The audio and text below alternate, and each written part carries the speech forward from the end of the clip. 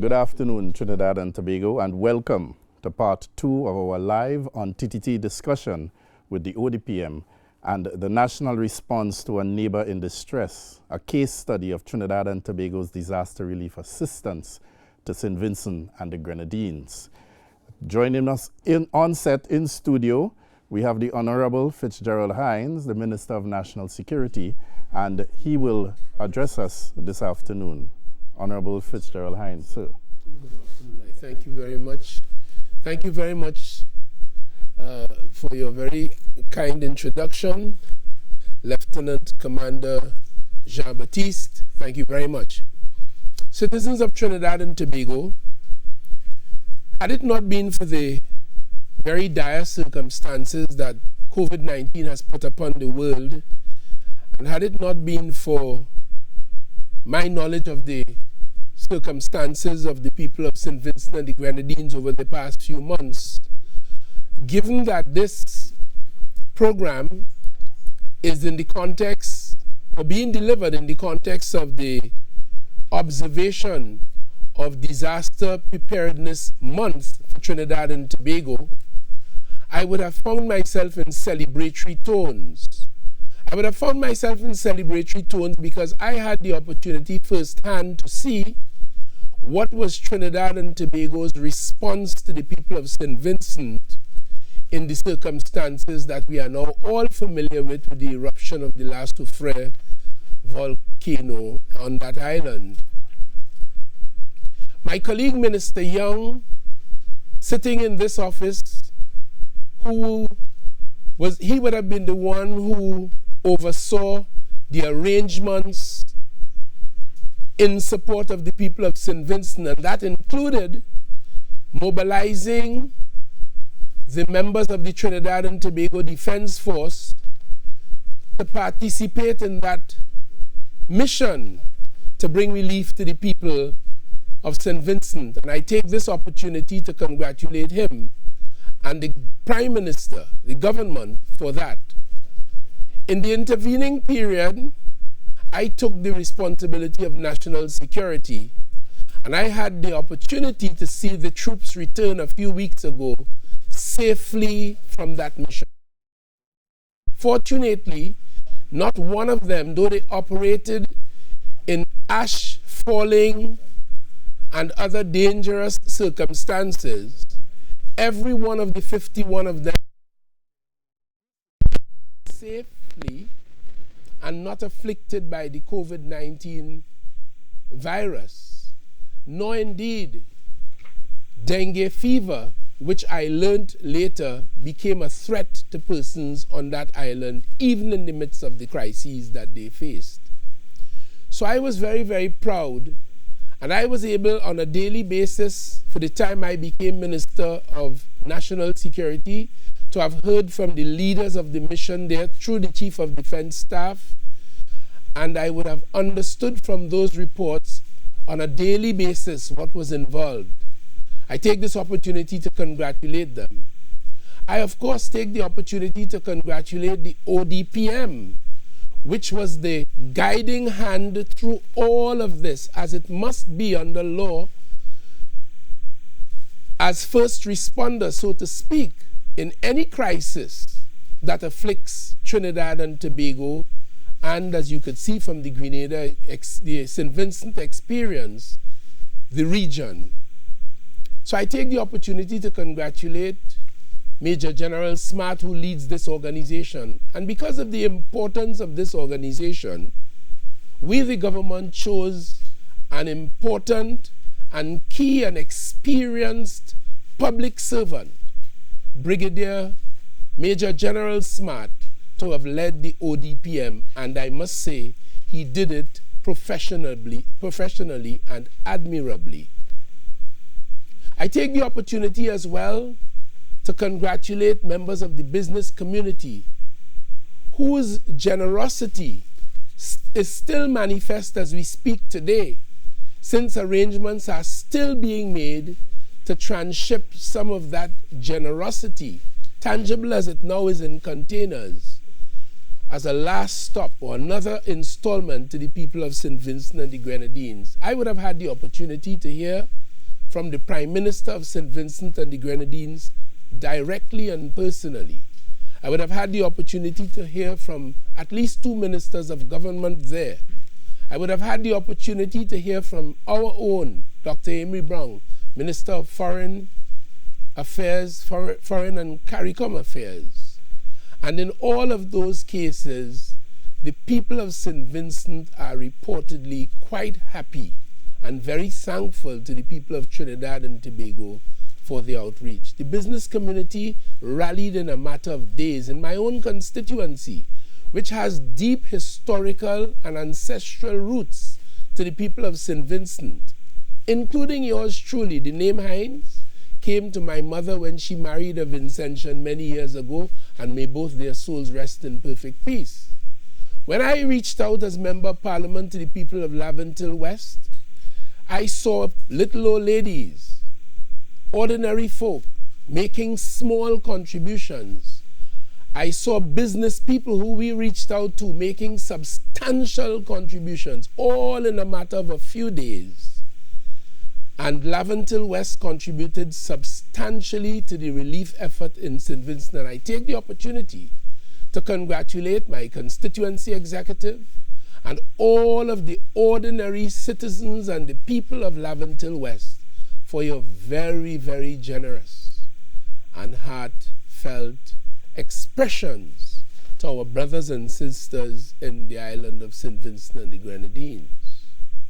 So I would, to you members of the public, say that we appreciated it, and we call upon you to maintain your patriotism and maintain your goodwill to all of us in Trinidad and Tobago and all of the people of this one Caribbean.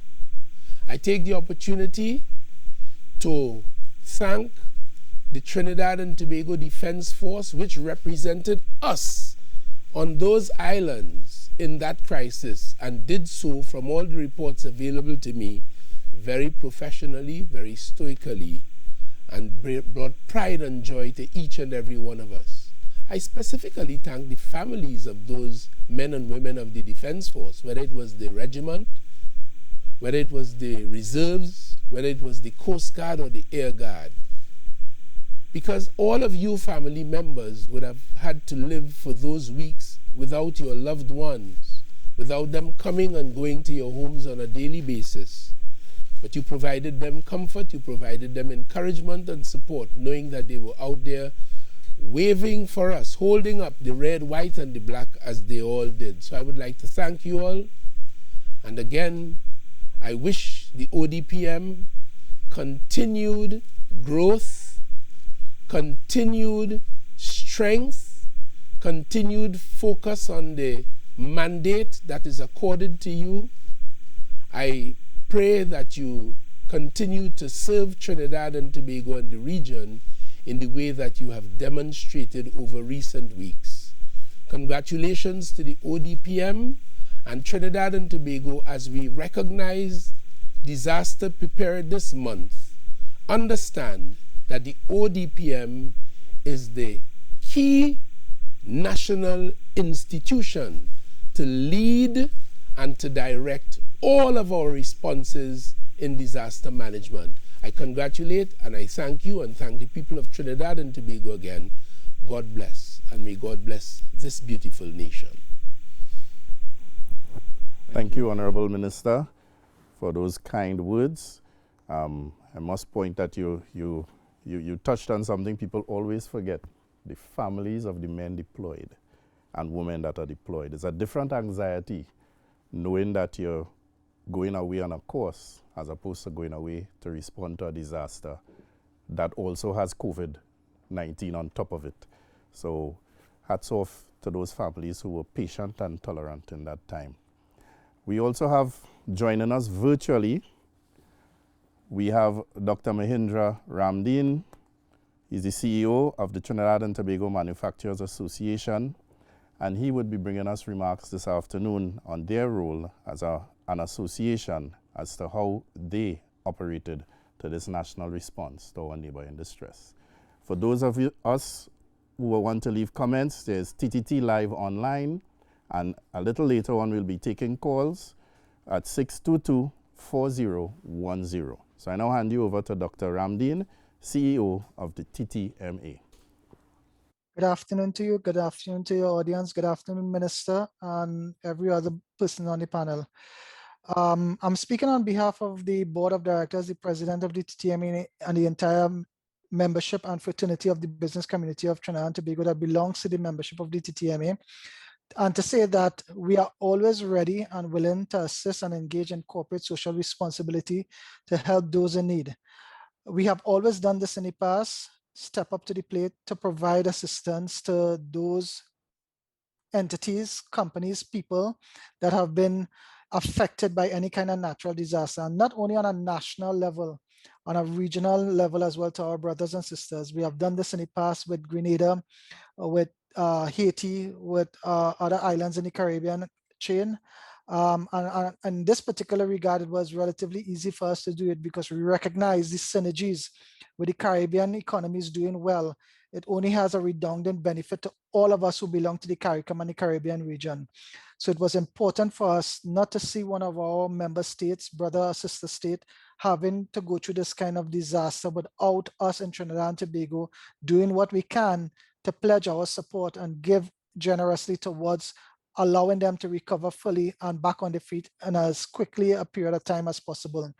When the Minister of Trade as well as the Minister of National Security reach out to us, we are already preparing ourselves to engage the process. But we are very thankful to be afforded the opportunity to work with them and work with our sister organizations like the Chamber and the Energy Chamber and SEWA and a number of different organizations who all came together to support this effort. We not only supplied goods and services to the people in St. Vincent, we also provided relief efforts to those soldiers who the Ministry of National Security afforded the opportunity to go there and give up their support to the people of St. Vincent. When they return home, the business community provided small tokens of appreciation for them to thank them for giving human service, not only to Trinidad and Tobago, but to those in need in St. Vincent. So the business community have done what we could have in that regard, and we will continue to do so. We have also partnered with the ODPM. We have a very good working relationship with them. And I must say, this event has allowed for us to synergize and create greater synergies among the entities in Trinidad and Tobago. The ODPM, the Ministry of National Security, the Business Association, we always have that close-knitted framework in place. But this natural disaster allows us to get closer in terms of the parties that are needed. What we probably need to do is to formalize the process, because there are some takeaways from this exercise that we engage, some challenges, some problems, but there were a lot of winners as well, a lot of things that we did good, but we could also improve on that as we go forward. And what I would like to see, and I don't know if I could make an ask of the Minister of National Security, that when we fully recover from this process, we put some kind of framework, a formalized framework in place. So when any disaster like this happens, we could quickly respond. And I know the ODPM has something in place, a roadmap, a framework, but we need to build upon it. And as I said, limit the little bit of mistakes that were made and build on some of the many successes that were had. So on behalf of my president, the board of directors, the entire TTMA and the business community, I would like to once again express my gratitude for being afforded the opportunity to engage in that process, and to say that we stand ready to continue to assist whenever called upon to help not only Trinidad and Tobago, but all our brothers and sisters in the Caribbean region. Thank you very much, Dr. Ramdeen. I know the TTMA and their members did a wonderful job in assisting the members of, or the citizens of St. Vincent and the Grenadines, and I thank you for that. Our third speaker this afternoon, joining us virtually, is Dr. Thackeray Driver. He's the President and Chief Executive Officer of the Energy Chamber of Trinidad and Tobago. And please forgive me if I didn't pronounce that first name entirely correct, sir. That's fine. Thackeray, but everyone knows me as Dax, DAX. That's my nickname that everyone knows me by. So on behalf of the Energy Chamber, I just wanted to say a few words. The first thing is that the Energy Chamber worked in very close connection with the St. Vincent Chamber of Industry and Commerce through something called CARICHAM. This is the Caribbean Chambers Network. So it brings together all the chambers across the entire Caribbean region. And I'm currently the chair of that. I'll be stepping down next month. It's a one-year sort of rotational chair, a bit like with CARICOM. So I'm stepping down next month, but I have the great honor of being the chair of CARICHAM at the moment. So we have a very close relationship, obviously through CARICHAM with all the chambers across the Caribbean. And as soon as we heard about the problems arising in St. Vincent, we were in touch with the CEO of the St. Vincent Chamber of Commerce, and he really guided us about what was needed.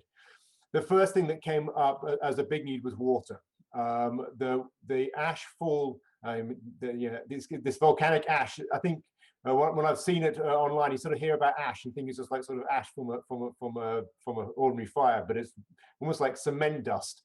So when it gets into a water system, it really clogs everything up. So when they had the first explosion and the ash falls, they had to shut down the water system.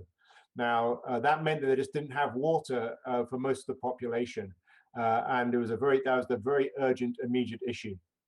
So what we have in Trinidad is a very strong energy service industry, and energy service companies deliver water, large bulk volumes of water to the offshore oil and gas platforms and the rigs operating offshore. So I immediately thought, well, let's use that strength to be able to deliver water into St. Vincent. So we scrambled quickly, we mobilized some of our member companies. We sent in total 4 platform supply vessels up, filled with water in their tanks under their deck, and they have the ability to pump this water out. So this is what we mobilized very, very quickly. They delivered water into Kingstown. And then the other thing that they did was, one of them in particular stayed around in St. Vincent for around a week. This is the Sentinel, owned by a Trinidadian company called Mid-Atlantic. Very high-spec rescue vessel, which is able to carry about 26,000 gallons of water in its storage tanks under its deck. And then actually what the vessel did is it took tanks, large water storage tanks, to some of the towns and villages up the coast that had no water for days because the road tanker wagons couldn't get there because of all the ashfall. But they actually managed to deliver onto the jetty on a couple of these towns tanks, and then working in conjunction with the marine pilots in St. Vincent. Then they pumped water out of the platform supply vessels into the tanks, and that gave a vital supply of water, in one case to a town which had no water at all for 5 days. Because St. Vincent has a good water distribution system, usually people don't have very many personal storage tanks. So I won't comment on the Trinidad side of that, but that's just an issue that they faced in St. Vincent. People don't have water storage tanks, so they didn't have supplies of water. So when the water's cut off in the mains, it was an immediate problem for people. So that is what we delivered. We took a lot of other supplies up, bottled water and other emergency response needed supplies, personal protective equipment up on those vessels. Because of COVID, the crews on the vessels had to be very careful about not having any interaction with people on the ground, and we just delivered things off the vessel to people. I think what it showed was the strength of the Trinidad private sector. There's some great videos on the NEMO, the St. Vincent National Emergency Management Organization website, showing what was done with these vessels and how they're able to help. And these are really high spec vessels which we have here in Trinidad, so they really are to supply a good service. So coming out of that, we've had a lot of conversations with SEDEMA, the CARICOM Disaster Emergency Management Agency. Really to think about how does the private sector mobilize to support, and not just in the provision of goods, which we've always done that well, relief items, and the manufacturers in particular have always step up to the plate when that happens, but actually the services that we can supply, logistical services, engineering support services, which we have in an abundance in the private sector in Trinidad, to make those available for the regional response when we do have emergencies. So that's an ongoing dialogue that we have with SEDEMA through the Caribbean Chambers Network, and I think that some good things can come out from that. So just really emphasizing the private sector's ability to not just provide funding support, or not just to provide relief items, bottled water and food and mattresses, all of which we did, and pumps and plumbing supplies, but also to supply services to help in these situations. And that's something I think that we need to deepen those relationships and learn the lessons, so we are well prepared next time, because unfortunately across the region, disasters will continue to happen. But what we can do is be prepared, have the business continuity plans in place from the private sector, and be able to respond quickly. So thank you. I'll hand back over to the host. Thank you. Thank you, Dr. Driver. And I want to let our viewers know that we will be taking calls, questions after the next speaker. So the number to call into is 622-4010. And if you don't wish to call, you could send your questions to TTT Live Online and put it in the comment section, where we would seek to answer same. So our next speaker is Ms. Michelle Forbes. She's the director of the National Emergency Management Organization, NEMO, in St. Vincent and the Grenadines. Ms. Forbes, good afternoon.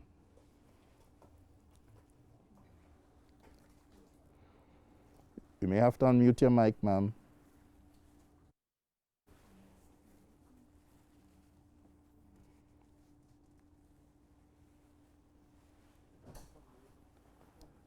We're not hearing us. You may have to unmute her mic.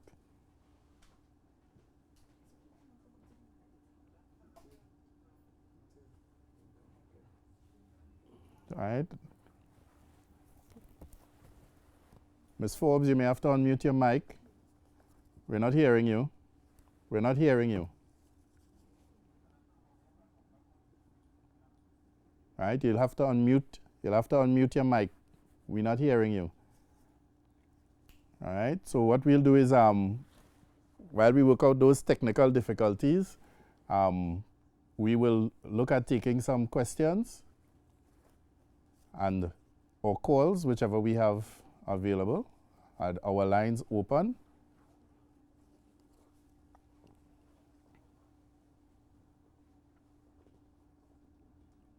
No? All right, so let us try for our next speaker. In the meantime, who is Squadron Leader Marlon Dorich. He is the Squadron or the Task Force Commander for the Trinidad and Tobago Defense Force in St. Vincent. Good afternoon, Marlon. You hearing me? Good afternoon. Yes, I am. Yeah. Can you hear me loud and clear? Yeah. Yes, we can. Good afternoon. Testing. Are you hearing me loud and clear? Yeah, we hear you, Marlon. Yes, we are. Right. Good day, the Honorable Minister Fitzgerald Hines, Minister of National Security, Senator, the Honorable Paula Gopiskun, Minister of Trade and Industry, Major General Rodney Smart, Ms. Michelle Forbes, Director of NEMO, and distinguished panelists, Mr. Moderator, my friend, Lieutenant Commander Kurt Jabatis, members of the viewing and listening public, good afternoon. And thank you for this opportunity to speak on behalf of the members of the task force that represented Trinidad and Tobago in St. Vincent and the Grenadines over the period of the 13th of April to the 1st of May. This afternoon, it is my distinct pleasure to share with you some insights into the recent task force pre-deployment, deployment, and redeployment for the humanitarian and disaster relief operation to St. Vincent and the Grenadines. During yesterday's insight, the Vice Chief of Defense Staff, Brigadier General Francis, highlighted the factors which address the pre-deployment phase, that is the preparation and planning, to include the legal authority for the operation outside of the jurisdiction. I will now like to address the deployment and redeployment phases which the task force underwent. So for the deployment, I'd like to speak on this. On the morning of Tuesday, the 13th of April, 2021, in response to instructions of the government of the Republic of Trinidad and Tobago, the Defense Force deployed a joint task force team comprising of 50 soldiers, sailors and airmen, and reservists, led by myself, along with a reconnaissance, surveillance, logistics team of 6 soldiers and 1 sailor. And this team was led by Lieutenant Colonel Joseph McLean, Acting Director of Strategic Logistics to the Defense Force. And we went off to St. Vincent and the Grenadines in the wake of the eruption of Soufriere volcano. The mission was to convey relief supplies that were donated by Trinidad and Tobago and the people to the government and the people of St. Vincent and the Grenadines, and to conduct humanitarian assistance and disaster relief operations in support of the local designated authorities in St. Vincent and the Grenadines. It was supposed to be initially 14 days. The task force comprised of a cross-section of skill sets and consisted of engineers, supportive signalers, storemen, logisticians, and a small security element. We also had a maritime vessel, TTS Brighton, CG-24, and this asset provided logistic supports to the task force by transporting all equipment and ration supplies from Trinidad and Tobago supposed to be self-sufficient. On arrival at the port of Kingston at approximately 1500 hours on the 13th, Colonel McLean and I myself were greeted by the Prime Minister of St. Vincent and the Grenadines, the Honorable Ralph Gagal, along with the ministerial representatives, Director of NEMO, Ms. Forbes, and the Commissioner of Police, Mr. John Collin. The Prime Minister was then welcomed on board the Galleon's Passage and given a tour of the relief items stored on board the vessel for distribution to the people of St. Vincent and the Grenadines. Soon after that official greeting, we began offloading operations, and we ended at about 2200 that night to continue at 07 the next morning, simply based on the Port Authority personnel had to go home and take a day's rest, a night's rest and so on.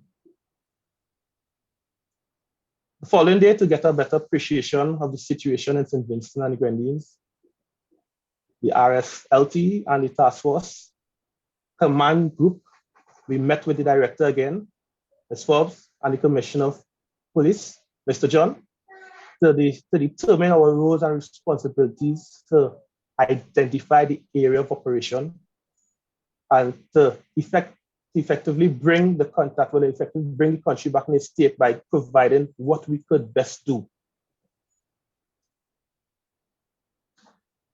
It must be said, to provide assistance, we had to make sure that we were also secure and ready to provide that in a safe and meaningful manner. With the assistance of the Director of NEMO and the Commissioner of Police again, the task force was able to establish a forward operating base at the Arnorsville Sporting Complex. And I must give thanks to Ms. Forbes and the Commissioner for assisting us in this manner. We also had our vessel, the TTS Brighton, remain at the Port of Kingston and was used as a reception staging onward movement and inception point. That is to say, it collected items from Trinidad and was able to distribute to us for us to remain self-sufficient at the port operating base. At that base, while we were offloading on that day, we established administrative area for command and control, a communication network to make contact with TTS Brighton, our headquarters back at Chaguaramas, and to make sure we kept our communication lines open with the key stakeholders in St. Vincent and the Grenadines. What was critical also at that point was we established a medical area for daily assessments and care, along with other amenities to sustain the task force during the operation. I'd like to touch on the lines of operations and things that we did while in St. Vincent. While it was a challenge during the COVID, we also still had to do a damage assessment to give feedback to the command in Trinidad and Tobago and by extension ODPM. So damage assessment was conducted in the red zone via the sea and land in order to develop a better picture and provide that feedback. What was key also was force protection. While operating in out of jurisdiction, we had to ensure that we remain safe. Thankfully, the threat elements or the threat level was extremely low or non-existent to the task force contingent. So we were able to focus our efforts on the aid in the directed areas according to NEMO. Key and main to our operations daily was the relief distribution. We assisted NEMO by and other NGOs in the form of unpacking containers, vessels at the port of Kingston for distribution to the various shelters. And I must say this required all hands on deck. All hands were made available. Assistance to the CARICOM disaster relief units and the World Food Program team was also provided in the form of construction of 5 mass storage units at the decommissioned E.T. Joshua Airport. At this point, they would distribute and collect and distribute items that came in on the port to ease the congestion at the port. So we helped with that coordination and construction as well. We also did some monitoring and assisting with the distribution of water at the port, as was mentioned earlier.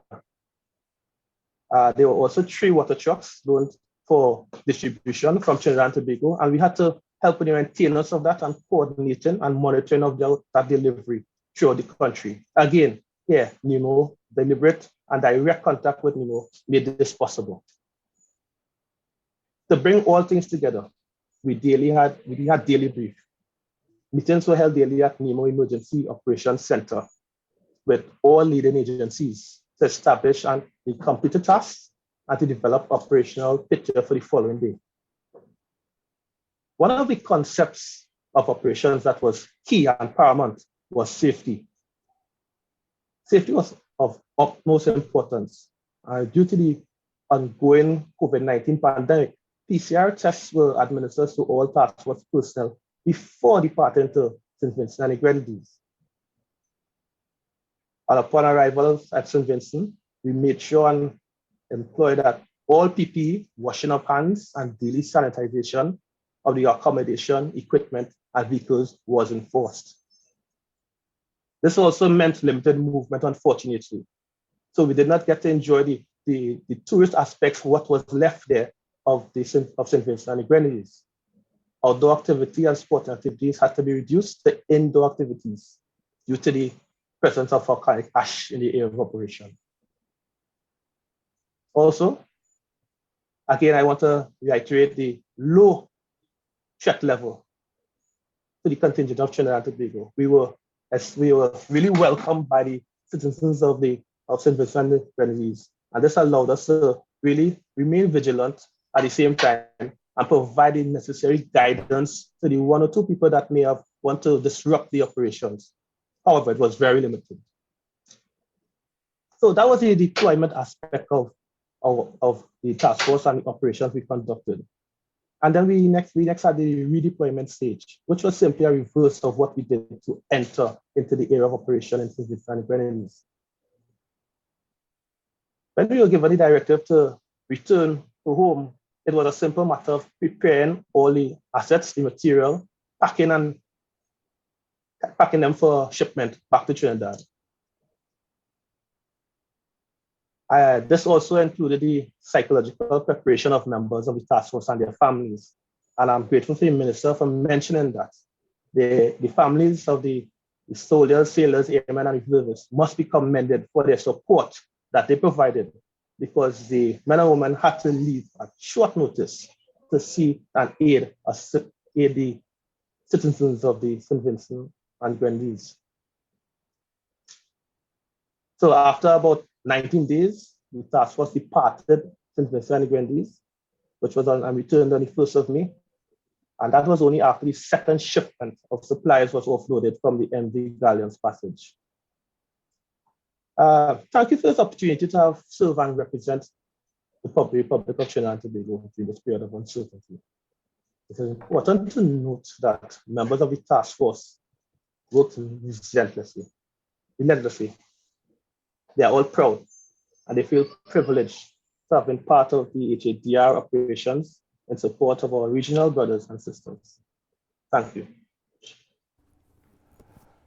Thank you, Squadron Leader Dorich, for that insightful and detailed account of our servicemen in St. Vincent and the Grenadines. But before we move on, we want to engage the Honorable Minister Hines in just 4 questions.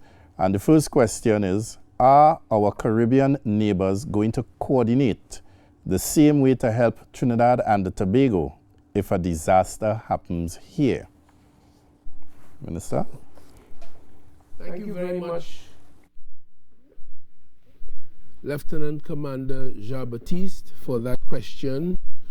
It appears to me that, unfortunately, many citizens of Trinidad and Tobago and the region, we being part of the regional agency or system that we call CARICOM, the Caribbean community, do not understand the full range and operation of that entity that is CARICOM. So I'm happy that the question came. It gives me an opportunity to remind us that within the mechanisms of CARICOM, there exists the Caribbean Disaster Emergency Management Agency, or CDEMA, which is specifically designed to respond to emergencies, crises among the states that is CARICOM. It is a regional intergovernmental agency, and its sole purpose, as I said, is to provide support to each other. So that is an established institutional structure that continues to be supported by, financed by all the countries of the region on the basis of our ability so to do, but is undoubtedly for the benefit of us all. And of course, one of the subsets of CDEMA is the Caribbean Disaster Relief Unit, CDRU, which is a military and paramilitary, meaning police, organization of the personnel from the different islands of the region, and that was designed to deal with law and order issues arising out of a crisis or an emergency. So we do have elements of the CDRU organization on the ground in St. Vincent as we speak, even though the men led by Squadron Leader Dorich, that young man, and I listened to him present a while ago and looked on at him with great admiration. People speak adversely about our young people, but here is a young man in a very senior and leadership position who had the opportunity to lead men and women of the Trinidad and Tobago Defense Force on that exercise in St. Vincent, and I watched on with great admiration and pride, and hold him up as an example to other young people in Trinidad and Tobago. But the CDRU consists of police personnel and military personnel throughout the region who would go in support of the country that is experiencing a disaster similar to the likes of which we have recently seen. Now, it is important to note that while we have CDEMA and the CDRU, Trinidad and Tobago, by virtue of our fortunate circumstances, notwithstanding the challenges we face, and by virtue of our close proximity to St. Vincent, we decided on a humanitarian basis, on a voluntary basis, to enter St. Vincent even before the CDEMA was able to flow into full activity and full gear, as it eventually did. So we went in first because of our proximity and our capacity so to do, through the Defense Force led by the squadron leader who we heard a while ago, and that was our contribution to that disaster relief until, of course, CDEMA got its machinery together and mobilized, and of course the CDRU as well. So the answer to the question is yes, we in CARICOM have these mechanisms in addition to our own voluntary or humanitarian capacities to respond to disaster management and to respond to crises among each other, as we have just seen. Thank you, Minister Hines. Next question is, what safety measures were used to ensure that those who were deployed were safe from COVID-19? The fact that they returned unscathed, and the fact that the squadron leader told us a while ago, what's his name, squadron leader? Marlon Dorich. He would have told you that before these men and women left, they were all certified through the PCR test as having been free of COVID. When they went there, they established camp and they kept themselves as far as possible within that kind of bubble. Of course, they had the jobs to do, various things to do, and they did them, but the structure was such that that team from Trinidad and Tobago was self-sufficient with water, with food. They really did not have to interface with the society more than was strictly necessary in their support and to assist them. And then we had the TTS Brighton, one of our Coast Guard managed and owned vessels that was parked up along shore in St. Vincent, and it is from there their daily rations came, food preparation and so on. And as such, we were able to keep them free of the possibility of contamination for COVID-19 and kept them that way safe. The record speaks very loudly for itself. They went there, they performed, and they came back unscathed.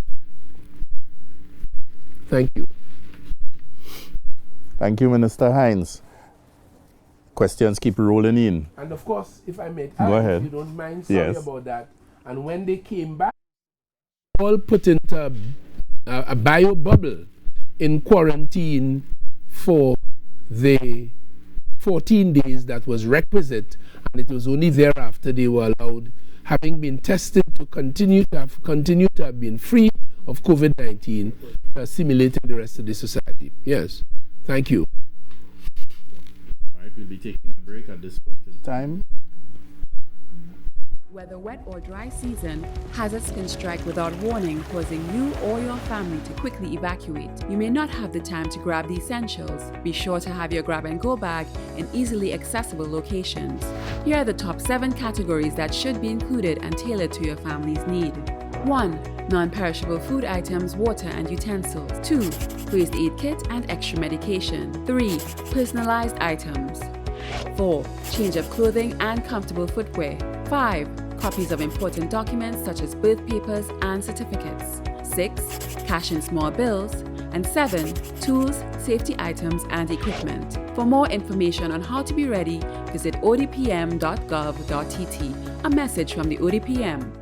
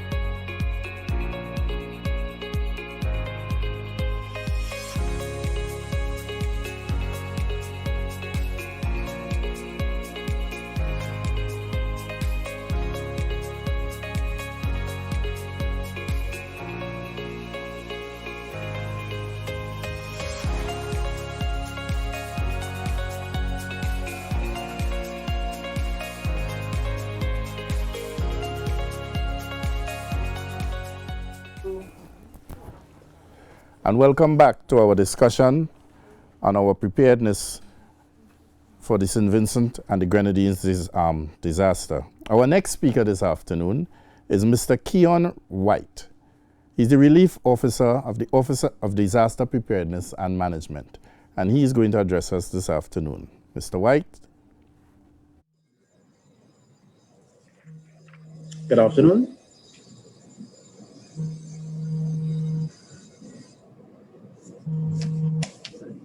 Yes, good afternoon to the Honorable Fitzgerald Hines, Minister of National Security, Senator the Honorable Paula Hope-Spoon, Minister of Trade and Industry, Ms. Michelle Forbes, Director of the National Emergency Management Organization, NEMO St. Vincent, and to other panelists, the moderator, Lieutenant Commander Retired, Claude Jean-Baptiste.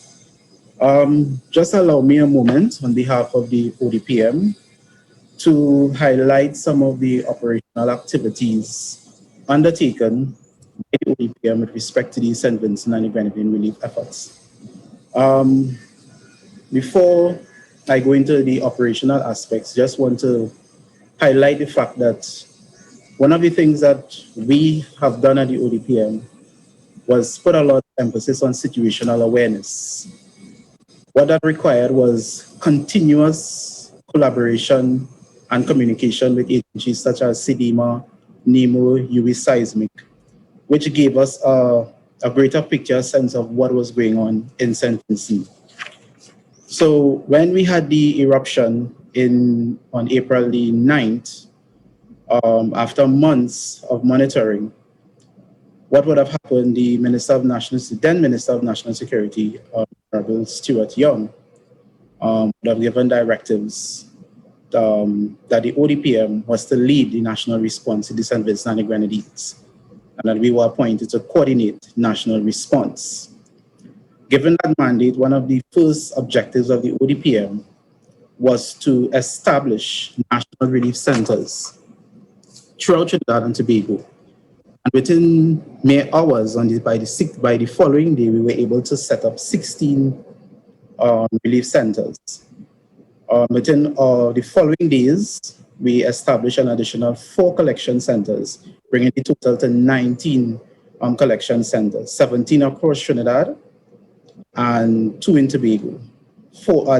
1 at each of the 14 municipal corporations at the Ministry of Development and Local Government, 1 at the Foundation for the Enhancement of Life field warehouse located in Fernandez.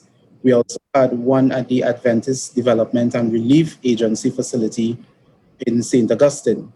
We also collaborated with Unicoma and utilized their warehouse facility at Freeport. And TIMA in Tobago had 2 facilities, 1 at the NEOC facility and the disaster relief warehouse at Signal Hill.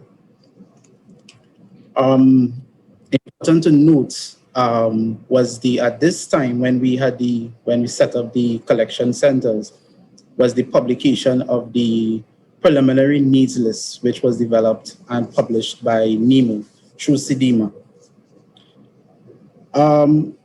At this time, a decision was also taken by the government of Trinidad and Tobago to deploy 50 TTDF and key personnel to support efforts in St. Vincent.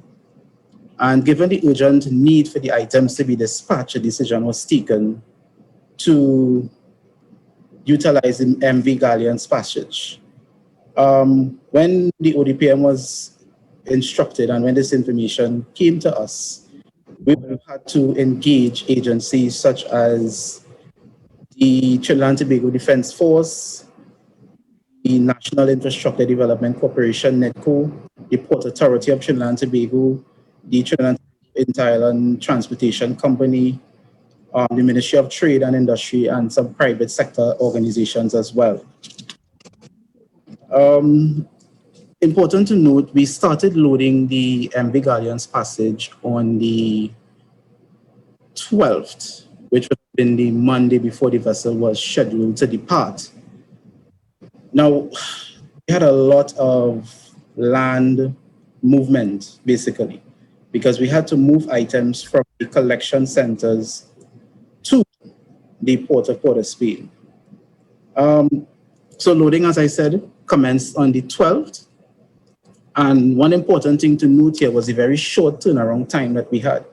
We basically had 24 hours to get the items from the collection centers and have the vessel ready for departure on the 13th of April, which would have been the Tuesday. Ground at the ODPM, we had to coordinate with all parties to facilitate the efficient and timely movement of the items, as mentioned before, from the collection points to the port in Port of Spain. We also had to work with TIMA, because TIMA had items in Tobago that they had to transport to Trinidad. So we had to coordinate with the Port Authority as well as TIMA to schedule and coordinate that effort. We did encounter some challenges, which I will discuss later on. But overall, the activities went well. We were able to have the vessel ready for departure within 24 hours, basically. Additional to that, we would have had on the 15th of April, through an MOU that CDIMA has with Tropical Shipping, we were able to also send an additional 40-foot container with items with assistance from Rams Logistics. The TTDF provided a lot of logistical support with manpower and operators to operate the equipment. An important thing I want to note here is the collaboration we had with the Energy Chamber, because we were also able to get assistance from the Energy Chamber to transport water using the water barges which they use to support offshore operations. Additional, we had some air movement. The government of Trinidad and Tobago received a request from the government of Barbados, requesting support with the provision of PPE and cleaning supplies to assist in the cleanup efforts at the Grantley Adams Airport as a result of the ashfall from the Soufriere volcano. The ODPM, in this instance, collaborated with the Minister of Trade and Industry in sourcing, providing ground support, and preparing the items for shipment. The ODPM also collaborated with the Defense Force to gain both assistance from the regiment as well as the Air Guard to transport the items via air to the Grantley Adams Airport. We also got assistance from the Regional Security Systems, RSS. Important to note that although the Galleon Splashes departed on the 13th, the collection efforts continued. And what this meant is we had a large amount of items that were still at the collection sites in warehouses. So what this meant is that we had to initiate one of our contingency plans and sought assistance from the port of Port of Spain, which we received approval to utilize Shed 3 so that we could store some of the additional items that were left back from the first sailing on the 13th of April. By this time, we would have gotten confirmation that the Galleon Splashes was scheduled to depart again for sentencing on the 28th of April. Now, as I mentioned before, there were some challenges, and what would have come out of that was a coordination meeting which was conducted on Monday the 26th between ODPM and the Trinidad and Tobago Defense Force Logistics team, which was led by Commander Boussain at the Defense Force headquarters. And what this meeting was basically to discuss was some of the challenges faced following the first sailing. And we basically wanted to have better coordination in regards to the delivery of the items at the port of Port of Spain, and also attempt to mitigate some of the challenges we faced, which caused disruptions at the port and basically affected the operations at the port in Port of Spain. As a follow-up to that meeting, we actually had a site visit conducted on that very said day, where we visited Shed 3 and we actually went at the port where the vessel was being loaded, together with the whole logistics team from the Defense Force. So we get a sense of what requirements needed to be put in place, and also in terms of resource allocation and all of that. Following that meeting, actually that site visit on that very said day, we actually decided that we would mobilize. And we actually mobilized equipment on that very said day and started loading the Galleon Splashes on Monday the 26th in the evening. Now, what this involved was a lot of land movement from collection centers to transfer the items to Shed 3. We also got assistance from some additional external agencies that we would have been partnering with previously, for instance, Line Transport Group and Rams Logistics, to assist us in getting some of the items from the collection centers to Shed 3. And then the items were ferried from Shed 3 to the port, to the vessel. Internally, ODPM, what we would have had taken place on the ground, we would have had personnel from ODPM liaising with the collection centers, providing assistance with packing lists, ensuring that the packing lists were done properly, and then taking that information now and uploading it into a general database, which was then forwarded to CDIMA and NEMO.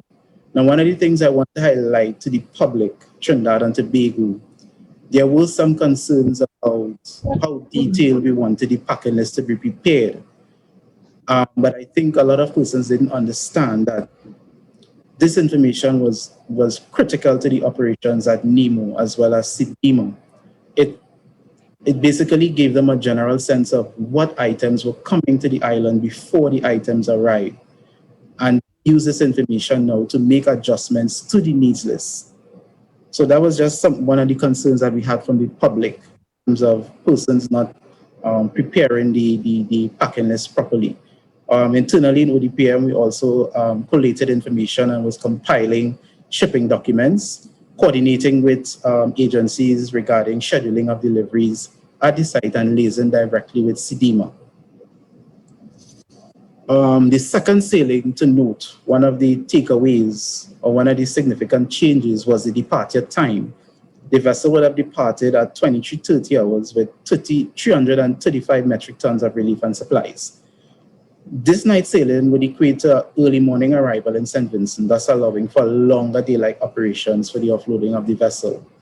We decided to pursue this avenue based on communications with the CEO at the port in St. Vincent.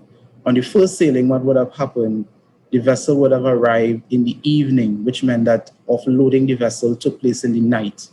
So we took a decision in this instance to have the vessel leave in the night in Trinidad so that it would arrive in the early hours in St. Vincent, which would allow them to have basically the entire day to offload the vessel. Important to note, on the 8th, the Minister of National Security, the current Minister of National Security, Mr. Fitzgerald Hines, would have officially closed the operations. Now, it should be noted that while the Minister officially closed the operations, there's still a significant amount of items at the collection sites awaiting dispatch to St. Vincent. So the ODPM is currently in discussions with CDIMA and some of the private sector organizations to ensure that these items would be sent to St. Vincent. As with any operations, there would be some positives as well as negatives. I want to stress on some of the takeaways, some of the things that went well. And one of the things I think that we did really well was the timely establishment of the collection centers. Also the coordination between both public and private sector organizations. And the record time in which we were able to have the vessel ready for departure from Trinidad and Tobago. Not wittingly, obviously, there would have been challenges that we encountered. One of the main challenges that we encountered on the ground at the ODPM was communication. Communication with other government agencies as well as some of the agencies that were delivering items.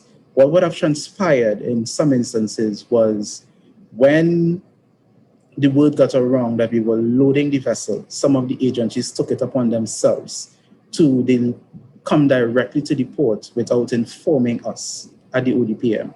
What would have transpired from that was that we were not able to schedule these arrivals, which caused massive backlog and traffic at the port in Port of Spain.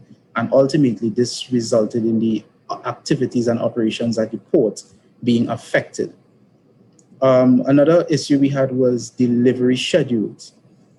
some of the agencies did not stick to the delivery times that they were given, which again also resulted in traffic congestion at the port in Port of Spain. One of the things I want to put particular emphasis on, as I mentioned before, was documentation. When we communicated with some of these agencies, we were very specific in how we wanted the packing list prepared. And there were many instances when the information was very vague, which meant that we had to it took a lot of time because we had to reach back out to these agencies now to confirm some of the items, which caused problems with CDEMA, because CDEMA and NEMA was depending on us to give them accurate information about the items that were coming to St. Vincent. So that was one of the things that we had a challenge with, which we had to work out internally.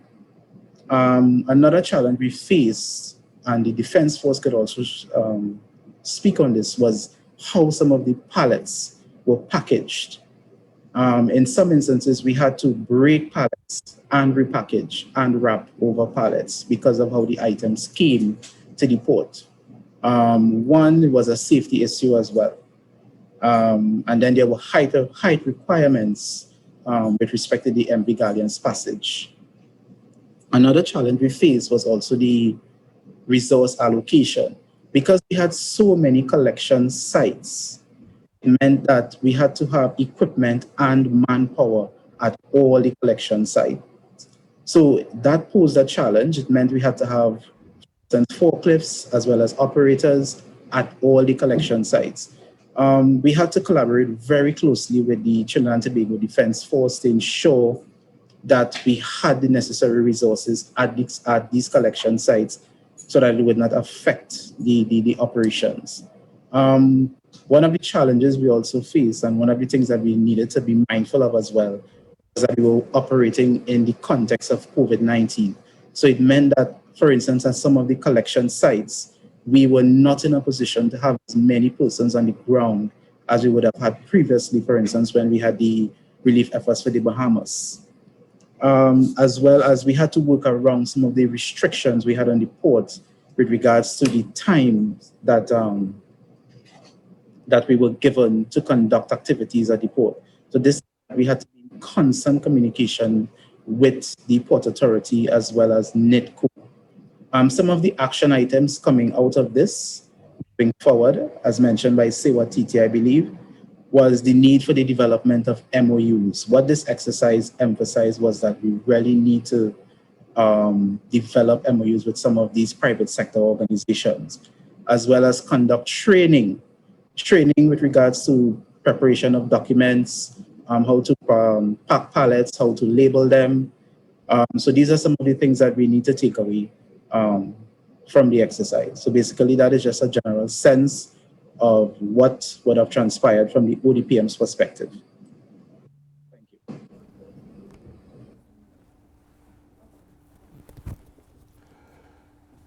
Thank you, Keon, for that insight into how ODPM operated and how they coordinated with the several centers, etc. Well done. I want to take this opportunity to thank the Honorable Fitzgerald Hines for joining us. He has to go. He has to be at another meeting at this time, so I'll just let him wrap up as he's about to leave. I thank you very much, Lieutenant Commander Jean-Baptiste. I spoke to you today, citizens of Trinidad and Tobago, with a sense of pride. There's so much that we complain about in Trinidad and Tobago, so much that we can complain about. But the ODPM, its management, its handling, its direction of what we treated with within recent times, bringing together all the people who you, the citizens, are hearing from today and on the last interface with you as we commemorate Disaster Preparedness Month, is for me a source of great pride and encouragement in terms of strengthening our national institutions and having them function effectively when the occasion so arises. As I conclude, I can safely report, based on my interface, as I said earlier, with the Prime Minister of St. Vincent, a couple of his ministers, And my own Foreign Affairs Minister, who has been in touch with them on a regular basis through this matter and since, St. Vincent is a long way away from being back on its feet, but it's a long way away from the disaster that struck on that particular day, in that particular period of the eruptions. They've received a lot of support, as you have heard. Their water systems are improving because on our last interface with them, large amounts of water that we had in mind for them, they have indicated that their water systems have started to operate with efficiency again, and they are in large stock of some of the water and so on that had previously gone. So the people of St. Vincent are resilient people like the people of Trinidad and Tobago, interconnected as we are, and that resilience is being borne out now. So I conclude by, again, expressing my own pride at the work of the ODPM and the foresight of those who gave birth to this organization, and of course birth to the general RSS, the regional support system, through which we have CDIMA and the CDRU. So I thank you, Mr. Lieutenant Commander Jean-Baptiste, for the opportunity to have interfaced with your listeners today, and I congratulate the ODPM for its very solid work for the benefit of the people of Trinidad and Tobago and the region. Thank you very warmly. Thank you, Honorable Minister. Thank you very much for taking the time to join us in studio this afternoon. I know you have a busy schedule, right? And I wish you all the best in your future endeavors. So at this time, we are going back to Ms. Michelle Forbes, the Director of the National Emergency Management Organization, NEMO, in St. Vincent and the Grenadines. Ms. Forbes. A pleasant good afternoon, everyone. Honorable Minister, I know he's leaving, Honorable Fitzgerald Hines, other members of the panel from the private sector, Major Dowrish, I'm happy to see you again, and my colleagues at the ODPM in Trinidad. I'm really happy to be here with you this afternoon to really share some of our experience and really the support that we receive from Trinidad and Tobago and the government and people really from Trinidad and Tobago. Now, your support with St. Vincent and the Grenadines did not begin on the night of the explosive eruption. It started long before, and we know we are brothers and sisters here in the region. When Soufriere began its effusive eruption in December, the government of Trinidad and Tobago was directly in contact with my Prime Minister, from Prime Minister, and your Prime Minister being one of the geologists who was on the ground here in 1979, he had quite a bit of intimate knowledge of how volcanoes behave and the situation here in St. Vincent. So he was able to speak to Prime Minister Gonsalves in December, and also through your Ministry of National Security, then which was Honorable Stuart Young, who was able to liaison with the Prime Minister's office and even the Minister of Foreign Affairs and through the ODPM in ensuring that the scientists from the Seismic Research Center were able to come to St. Vincent back and forth over the period of time from the moment the volcano started showing signs of increased activity. And really want to thank the government and people of Trinidad and Tobago for all your support. Now, part of the response to this particular disaster, this eruption, would have done through a lot of bilaterals, government to government, and Trinidad and Tobago indicated from day one that they're ready to support us in the response. Hence, we would have had the dispatch of with Major Dowrish as a task leader coming to St. Vincent a few days after, and was able to bring a good bit of supplies from the private sector and other entities from Trinidad. And it was really useful and helpful to us because we had to, one of the speakers mentioned, we actually had to disconnect our water supply for a couple of days because we had ashfall for at least 2 days straight. And everyone in St. Vincent and the Grenadines was affected by this ash.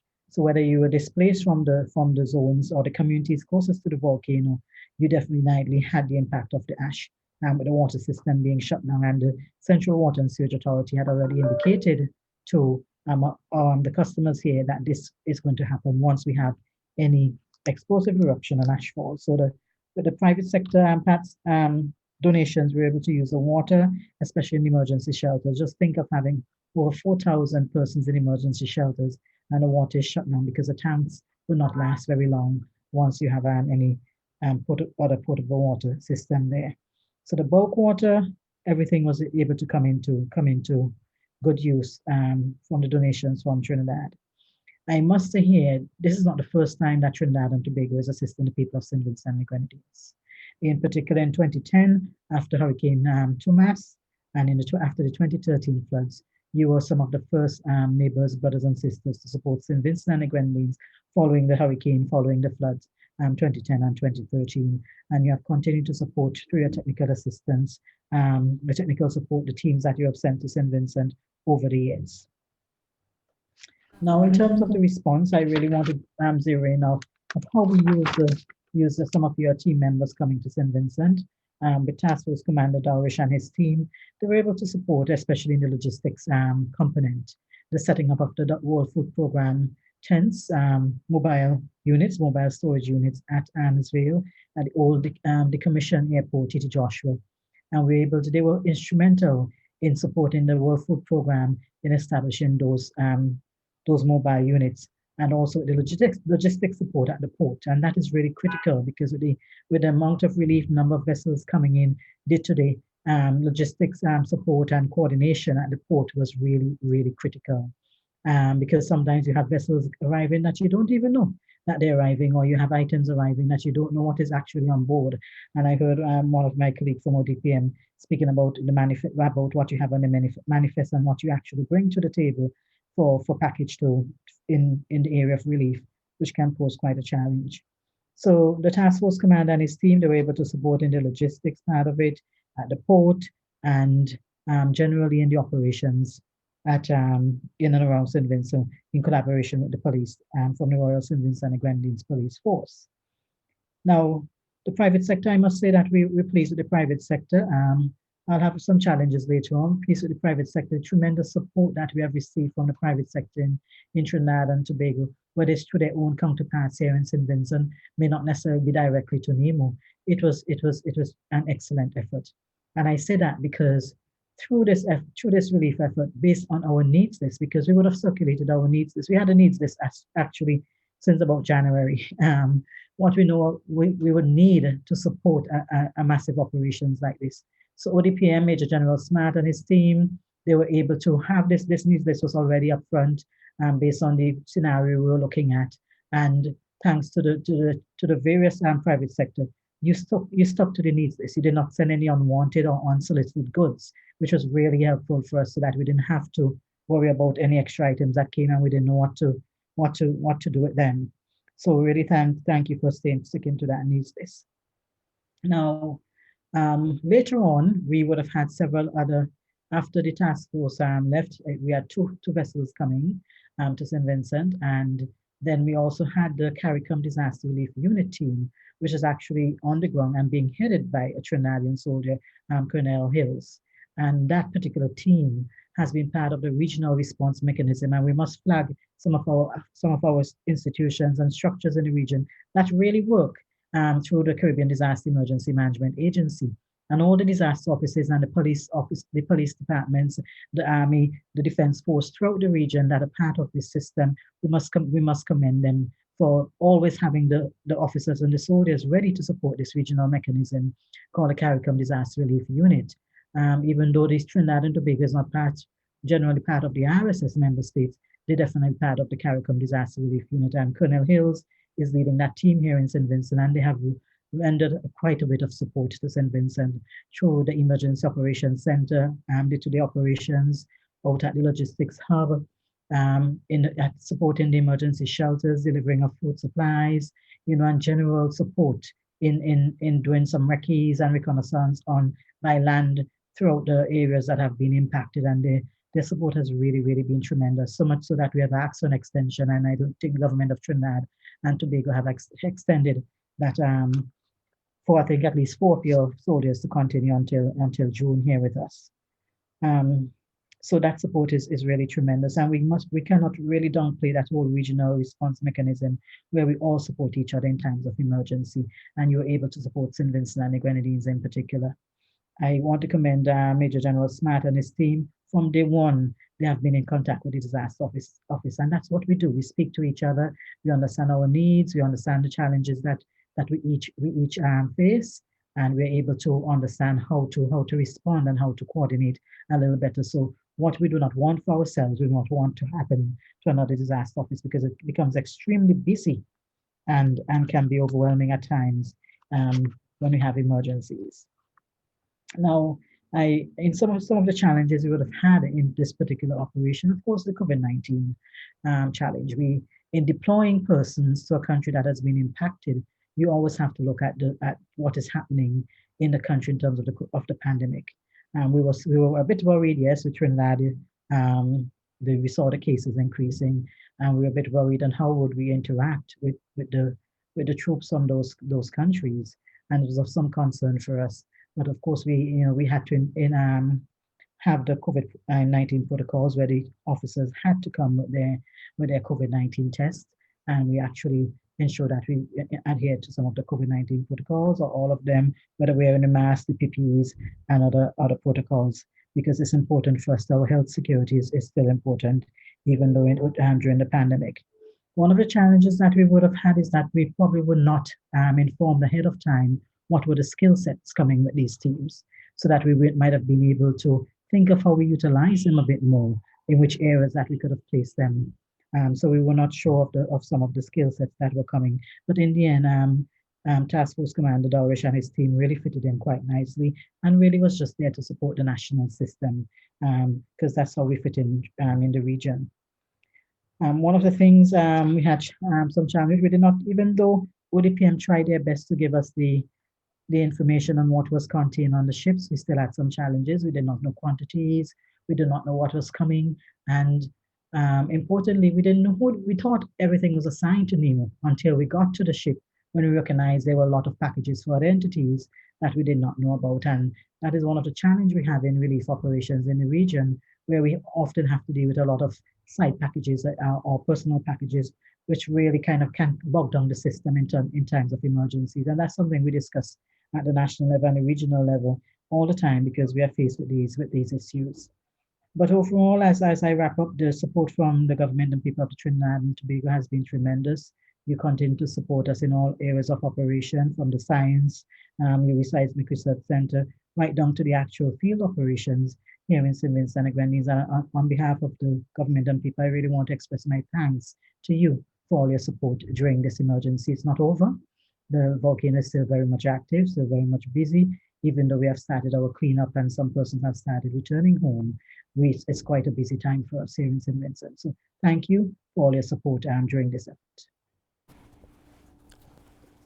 Thank you, Ms. Forbes, for that insight into NEMO's perspective on this disaster. We want to move over to Senator the Honorable Paula Gopi-Scoon, Minister of Trade and Industry, for her presentation. Minister Scoon.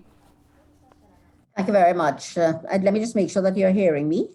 We are hearing you. Hello, are you hearing me? Oh, she can't hear me now. Oh, thank you so very much. I really salute all those who have gone before me and have spoken. I am sorry I missed most of the presentations. I just listened very intently to the last presenter from St. Vincent. Our hearts and prayers are still with you all. I know that this disaster is not yet over, but you two have done well, and this is judging by the report that you have just given us. So congratulations just on the presentation that you did. I'm very impressed with the work that you all are doing and the way you all have been coordinating in this national disaster. And again, firstly, I must thank the ODPM and in particular Major General Smart for two things: inviting me to speak at this high-level discussion on disaster relief to St. Vincent and the Grenadines, and of course for all of the cooperation and the coordination that took place in making sure that we were able to support St. Vincent and the Grenadines as soon as we could have with goods and services. And so this discussion we see as being absolutely necessary, as it allows us to all the agencies to reflect on what transpired and to put into focus the very clear plans on the way forward to ensure that we are best prepared and that all of our relief efforts are fully lined up in the future.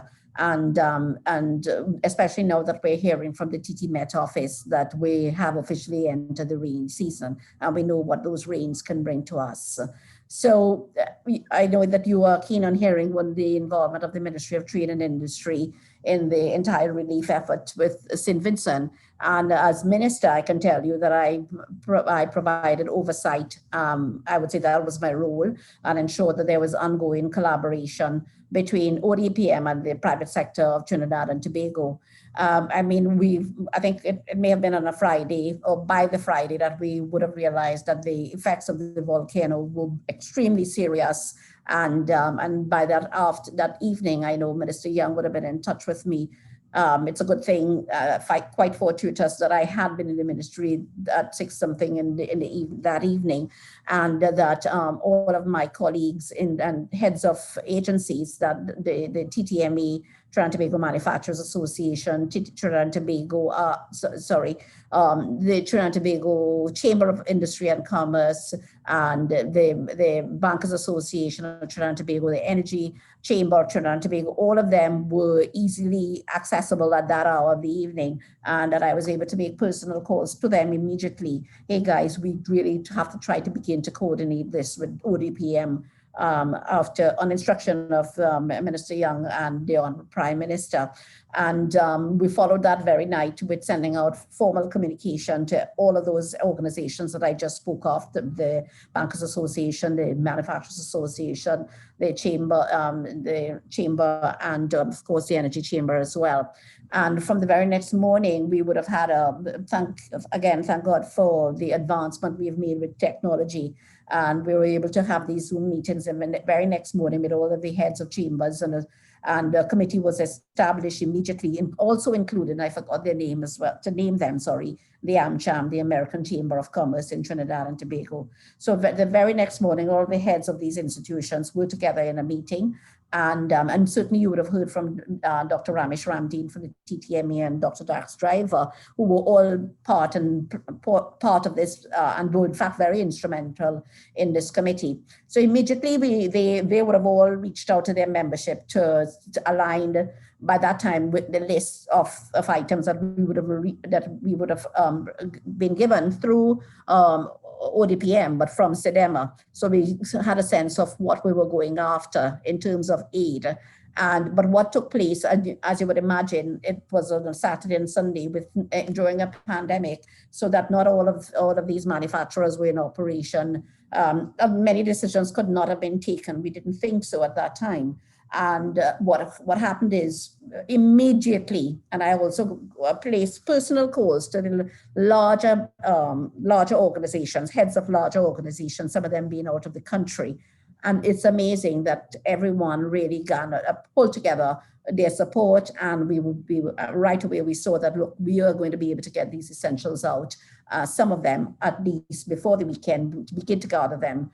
And certainly get to work. I can tell you that it made me realize how intertwined we are commercially, because you had organizations like Massey who said immediately they wouldn't even have to wait on us. They would start exercising their relief from their position in St. Vincent. Amalgamated Security would have started immediately. Bermuda's Biscuit Company said, no, we'll just open our warehouse. And that's how it started on the weekend. For instance, the Blue Waters with a factory in St. Lucia, immediately they were able to get out drinking water to St. Vincent very, very quickly because of the proximity between the two islands. So the committee worked very diligently and in close association with the ODPM through Major General Rodney Smart, and also lining up with Mr. Wright and many others working very, very hard. I'll tell you where the trouble came in, and that is with Minister Young deciding, look, we're not going to leave on Wednesday at 6 o'clock. We're going to leave on Wednesday at 6 a.m. So it means that you really just had Monday and Tuesday to pull together all these tons of relief throughout the country. And again, hats off to ODPM for connecting, and then all of these heads of organizations. And I'll tell you, for instance, with the Bankers Association and many other organizations who do not produce items that would have been required for relief, so they're not manufacturing relief items, monetary donations were made, and we were able, without receiving the cash, to match the monetary the donation with the availability of items, because in some cases we couldn't expect that the manufacturer would donate everything that they had. So we were able to match donations and goods, and to ensure that those basic items, water, food, cleaning supplies, mattresses, and cots, whatever we had, that we could get them out. We also listened intently to St. Vincent. Apart from Sidima, I would have had a call, for instance, from your minister who has responsibility for foreign affairs, and she would have said to me, look, we need sanitary napkins. And and again, it took the time, we had to put aside the time, call Shine distributors, ensure that we could have loaded up some sanitary napkins. Again, she said to me also, we needed Ventolin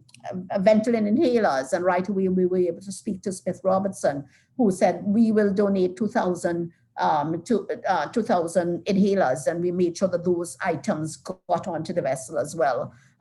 So it was just working, the committee of these remarkable agencies working very diligently, all of our business houses being very, very generous in giving their support to St. Vincent, and that's far removed from the population, and from at every angle of Trinidad and Tobago were supporting St. Vincent and the Grenadines. So that we had donated, in the first instance, we had more items than the Galleon's Passage could hold, and the Port of Trinidad and Tobago was able to, Port Authority was able to give us the space that was necessary to hold some of the goods as well.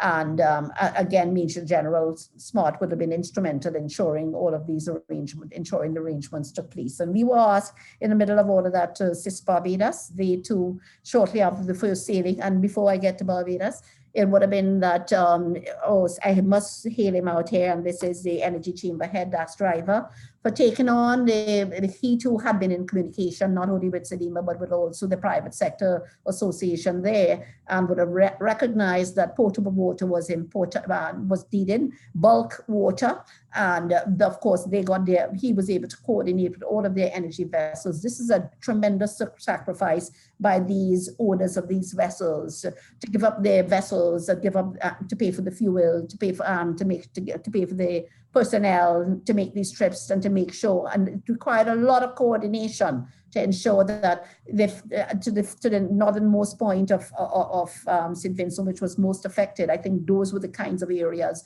and that they were trying to assist in the first instance, and Dax has it covered, and I'm sure he would have explained to you the kind of coordination that he did, and to ensure that we got to make sure that we were able to assist you with the bulk water supplies. And that would have continued, I think, over a period of a week. And then I would say that we had a call to assist Barbados, and that night, I mean, it would have been after 8 that night. And again, TTMA, and they would have jumped to our assistance in a matter of 45 minutes. Dr. Ramdeen, the CEO at TTMA, was able to say, we have all the goods, we can source the goods. I said, we have money to pay for all that. We're sourcing the funds too. Don't worry, we'll have it ready in the morning. The next day, we were able to coordinate, and that's what it's about, coordination and generosity in spirit, in time, etc. And it meant that where the ODPM could not pick up all of the goods from the many places to send to Barbados, because you couldn't find 1,500 overalls in one spot. So we were going to the corners of Trinidad to pick up at various spots. Where they couldn't do it, my assistant Victoria was on the phone to private sector to allow us to use their trucks to pick up and so on. And that's the kind of coordination and collaboration and connectivity and camaraderie in doing this, because believe me, we were all on board. And especially these heads of organizations, and Gabriel Faria working from Canada, just amazingly doing what was necessary to rise to the occasion and so on. And once we realized that there was another season coming on again, ODPM would have liaised with us, and I mean, very quickly trying to fulfill the requirements. We got a second list. And again, it took a lot of coordination. You'll be surprised because in the first boat, we would have sent a lot of tanks. But of course, all the connections and so on, and DAX driver would have brought that to our attention. St. Vincent didn't have all of those supplies so that we can ensure that all of the tanks could be connected. So we were looking for all of the nuts and bolts, and I'll say that because I too am not familiar with all of these things. We would have been hastily looking, and my assistant calling up everywhere to ensure that it's done and done quickly as well. So it's a huge thank you to the TT Chamber, the AmCham, the Energy Chamber, TTMA, the ODPM, to ensure that St. Vincent and St. Grenadines were satisfied to the best of our ability at this time. And again, a huge thank you to our private sector, showing the solidarity for CARICOM brothers. And again, this brings us back to the point of regionalism. We are all in this together, and it highlights the importance of the region for CARICOM as well, and how we should really be working with each other, very humbly supporting each other in every which way that is possible, and really looking forward to ensure that the workings of CARICOM can really be put on a fast track. We're still a bit behind ensuring the CARICOM single market and economy really works, and to ensure that there's free movement of persons, goods, services, etc. And I think we all have to throw our backs and energies behind the CSME and CARICOM in this entire effort of regionalism. And here we are with St. Vincent donating to us vaccines, and this is what life is about. And St. Vincent, thank you so very much. We really truly appreciate the vaccine donations from you all. Again, I think we were stronger together, and for the brothers and sisters in St. Vincent, we are just continuing to pray with you, and looking forward to your country resuming some amount of normalcy, and of course for some kind of economic recovery, which we're all searching for in the region with this pandemic as well. And thank you. I think I said enough. Thank you, Honorable Minister. That was Paula Gopi-Skoon, Minister of Trade and Industry. So joining me on set is Major General Rodney Smart, the Chief Executive Officer of the Office of Disaster Preparedness and Management. Welcome, Major General. Thank you very much. I want to hit you with two questions as I have you on board. All right. How effective is our coordination ability if a national disaster happens in Trinidad and Tobago? Let me say thanks very much for that question, Mr. Moderator. But before I answer, and I know that Minister Gopi-Skoon may have to leave, let me say thanks to her for assisting the ODPM with regard to getting all those items to St. Vincent and the Grenadines. When Minister Young said to me that we need to get items as quickly as possible to St. Vincent and the Grenadines, he said to me, what can the ODPM assist with? So I said to him, well, the usual thing is that we would receive a list, what we call the needs list, critical needs list from SIDIMA. And he also mentioned, okay, once you get that, Minister Gopi-Skoon is getting the private sector involved in the process, liaise with her. And I must say to you, Minister, thank you very much, because without that support that you were able to drum up, we would not have been able to move so swiftly, as well as to get the extent of the items that we got. So before you sign off, let me say thank you on behalf of the ODPM, on behalf of all who were involved. Thanks very much for your support. All right, so with regard to the question, just to refresh my memory. How effective is our coordinating ability if a national disaster happens? Thanks very much. So after hearing what Minister Gopi-Skoon just said, I wonder if there's need to answer that question, because that is exactly what she spoke to. And she underscored the point, coordination, coordination, coordination. This symposium, this 2-day symposium is being put on to make persons aware of what occurred in our support to St. Vincent and the Grenadines, as well as I said yesterday, in the event something should happen. This same system that you're hearing about you've heard about and you're hearing about now, this same system is what is going to kick in.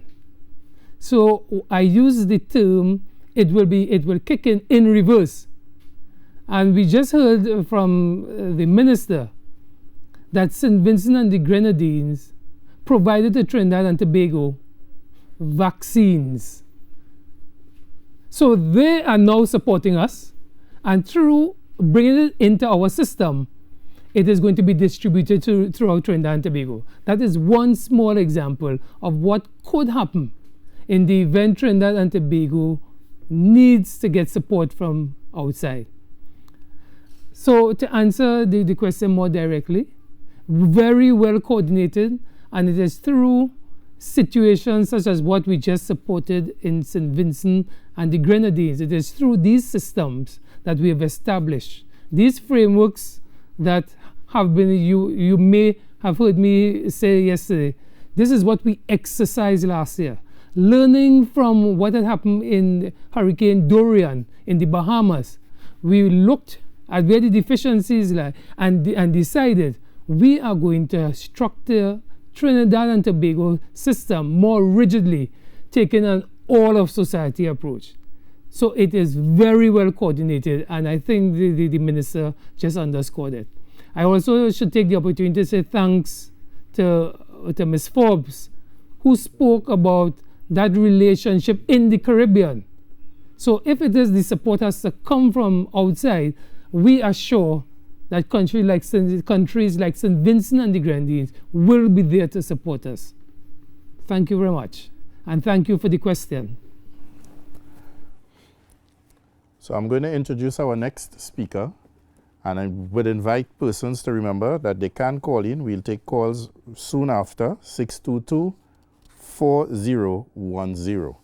So our next speaker this afternoon is Mrs. Gemma Malchan Benny. She's the project manager at Is There Not a Cause? Ms. Benny? Hi, good evening. A special good evening to the Honorable Minister, Paula Gopi-Skone. Special good evening to Major General Smart, Lieutenant Commander Kirk Jean-Baptiste, and the rest of the panel. This evening, it's really an honor to share with the team about ITNAC's involvement and the coordination effort between the ODPM and ITNAC, bringing relief to St. Vincent. For those who don't know, ITNAC it was founded in 2002, and it's an NGO that has been working for the last 19 years, providing relief assistance to those in need. And it's most recently in Dominica, floods in Trinidad, and now in St. Vincent. You know, when we were liaising with our partners in December, finding out what was taking place in the ground, and we were able to send our first shipment in March. But when the volcano erupted in April, immediately our phones started to ring, and we needed to do, to get our supplies to St. Vincent. And it was very late in the night that I called General Major Smart, and I indicated to him who we were and what that we wanted to send relief items to St. Vincent. And it's at that time, I mean, he responded. The collaboration was really, really great. And in no time, I got a phone call from Jonathan, and our relationship began. Because of the collaboration between the ODPM and the crisis that St. Vincent faced, and our collaboration with our partners, the Nazarene Compassionate Ministries in St. Vincent, we were able to send 3 40-foot containers, 10 boatloads of food, water, and other essentials, and provision of 25 water tanks. And out of this, we were able to bring relief to 3,000 food packages being distributed, bulk food to 25 shelters, approximately 5,000 cases of water, clothing for all ages, 300 mattresses, sheets, and pillows. And in addition, we are working with the shelters, and when there are requests for meals, we provided meals at least for 10 shelters, 523 families were helped in private homes. We were also able to collaborate with Habitat, where we were able to send 500 hygiene kits from them, in addition to another 1,000 for 8 NAC, first aid kits, adult Pampers, to name a few items. But one of the things that I really want to talk about is the collaboration with ODPM, making this possible for us, because ITNAC is an organization who doesn't have any funding. It's a very fluid organization, and we do distribution and relief. We respond to relief based on how people respond to us in terms of giving things. And I want to give a special kudos to Keon White for the patience that he would have had with us, because we got the provision to send stuff, but at no time we could have said, okay, Keon, we had 40 pallets or 20 pallets, and that listing that he spoke about, the documentation listing, which posed a challenge to us initially. But I thank him, and I thank Marcel, Dennis Marcel, for really, really being patient with us in terms of giving us the support that was required, that we could have sent all these items to St. Vincent and really meet the needs of the people in St. Vincent. I remember, and I also want to thank the Chamber of Commerce, because in one shipment alone, we sent over 48 pallets of water to the people in St. Vincent for the water that is needed most and important. I didn't understand I couldn't support or understand fully why they wanted to get every minuscule micro details for the water, but understanding the system of what is coming to the island and how it's going to distribute, I had to then pull back and sit down and really do that listing and make sure that they had proper documentation. So Keon, thank you for your patience and your tolerance, and thanks for the team. Another highlight in terms of the coordination with them, there was Sheldon and Albert from the TTDF, who really, really gave us good support. And I must want to give this feedback in this forum to see that our guys, people think that our local ODPM and our TT force guys, they don't do anything. But in St. Vincent, because if you notice, they said that the first shipment, it got there overnight, and then they had problems in terms early in the morning in terms of distribution. And they had two more pallets before their lunch period to be handed over to our partners. And they were so amazed that Sheldon Albert, where they call him Albert was a household name, that he took the forklift for himself and was able to give them those 2 pallets of water, because they themselves, like us, were depending on their community to provide free transportation. So the collaboration has been good. We are still on the ground. And when you have things, we still have things in our storehouse to send off to St. Vincent, and the work continues.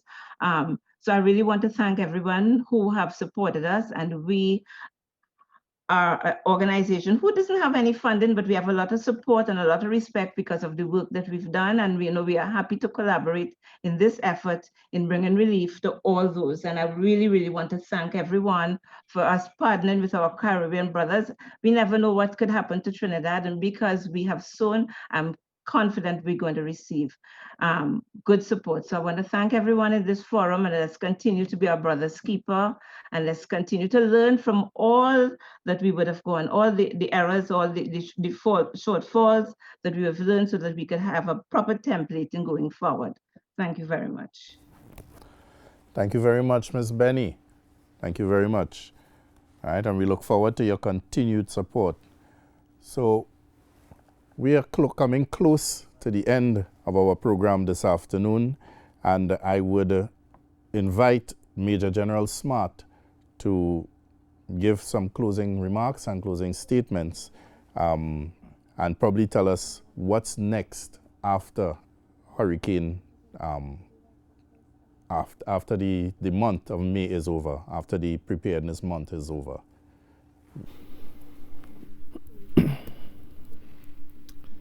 Thank you very much for that question, Mr. Moderator, and for the person who sent it in, because while the moderator spoke about it, he didn't indicate it was a question that came in from the public. So I'll deal with the question first. what's next? What's next? You've been hearing about the ODPM quite a bit this afternoon and probably yesterday as well. But we are here because of the National Disaster Prevention and Preparedness Committee. This committee has been working behind the scenes tirelessly to ensure that this month we recognize and prepare Trinidad and Tobago for the upcoming Atlantic hurricane season, as well as the rainy season, which you would have heard previously has started. So this committee has been working, and the month, they divided the month into 4 weeks or 4 categories. In week 1, we looked at how do we strengthen the family and individuals. So there were activities planned for the family and individuals. And then in week 2, they structured it in such a way, graduating up to civil society organizations. And just now we would have heard from ITNAC and organizations like ITNAC. How do we make sure and help them prepare themselves for what could come in the upcoming season? So we would have focused our attention on those organizations. And then in week 3, we would have looked at communities. And you would have heard about the community emergency response team training that would have taken place. So strengthening our communities. And in week 4, which is the week we are in now, they said we must put this on. We must look at how did Trinidad and Tobago support St. Vincent and the Grenadines as a case study. To see all these tentacles that came together, that brought this thing like a theater, like a drama, and presented it as a gift from Trinidad and Tobago to the people of St. Vincent and the Grenadines. And you have heard over the past 2 days how far and varied these tentacles extended. Certainly, when you hear the stories that you heard today, all the way from the very high level down to the community level, the village level, the persons who Mr. David would have said brought 2 tins of something to contribute. And we would have heard from Ms. Benny just now. They don't have any monies, but they are able to excite their network to provide and assist. So therefore, this committee has been working at week 4, and that level at week 4 is what we call the whole of society approach. That in mind, it means that they have taken a very comprehensive approach to Trinidad and to strengthening Trinidad and Tobago and preparing us for the hurricane season and the rainy season. I will pause for a minute because I am seeing Mr. Tilak Singh from Sewa Titi. So I know we had asked him to come online, and I want to say thanks to him. Because we're winding down, we won't be able to get the presentation, but we want to say thanks to him because Sewa Titi has a story to tell, a wonderful story on how they were able as well to contribute. But we are in the closing stage, so let me say thanks very much for joining us.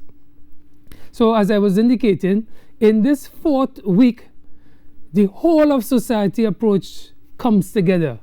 And here we're looking at the public and private sector. We're looking at the civil society organizations, Sewa Titi, for example. We're looking at international organizations, and therefore this comprehensive approach.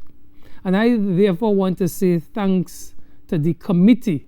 Though you've been hearing the ODPM name quite a lot, and quite rightly so, I want to say thank you to the committee for bringing this thing together. So what next? The committee work continues. The month is only to bring a heightened sense of awareness to Trinidad and Tobago before the start of the hurricane season. But the work continues in strengthening those 4 sectors or segments that I just spoke about, strengthening Trinidad and Tobago. And yesterday, you would have heard, by strengthening Trinidad and Tobago, because of the critical role that Trinidad and Tobago plays, you would, and just to intimate, Trinidad and Tobago is the lead in CARICOM Southern Sub-Region. So because of this critical role that we play, strengthening Trinidad and Tobago is strengthening the sub-region and strengthening the entire region. So it is so very heartwarming for me to say thank you to the various agencies that would have come together. Over the past 2 days, we would have heard some wonderful testimonies. We would have heard organizations that recognize the need to help brothers and sisters in another country. They would have come together and they would have assisted us tremendously. And consequent to that, the work must also continue within Trinidad and Tobago. So the National Disaster Prevention and Preparedness Committee is now going to go into take a more granular approach with regard to strengthening our sectors. And when we say sectors, we mean, for example, the health sector, taking into consideration what we are going through now with this COVID-19 pandemic. Strengthening the energy sector, strengthening the financial sector, strengthening and bringing resilience and readiness to our banks. The central bank heads a committee, and this is the committee that brings together the banking sector. And therefore, through this approach, we will strengthen our sectors. But it goes further than that. We must continue through the work of the Ministry of Rural Development and Local Government, strengthening our communities. Because while the ODPM operates at the national level, at the local level, we have the Ministry of Rural Development and Local Government. And they will be taking the opportunity to strengthen our communities. So when we take an approach as what is envisaged, we can see a country that is going to be stronger because we are reaching into all sectors of society, all segments, and to all individuals. And I want to say to everyone in Trinidad and Tobago, we have been spared. We have been fortunate. When you consider the things that have happened in the region, we have been extremely fortunate.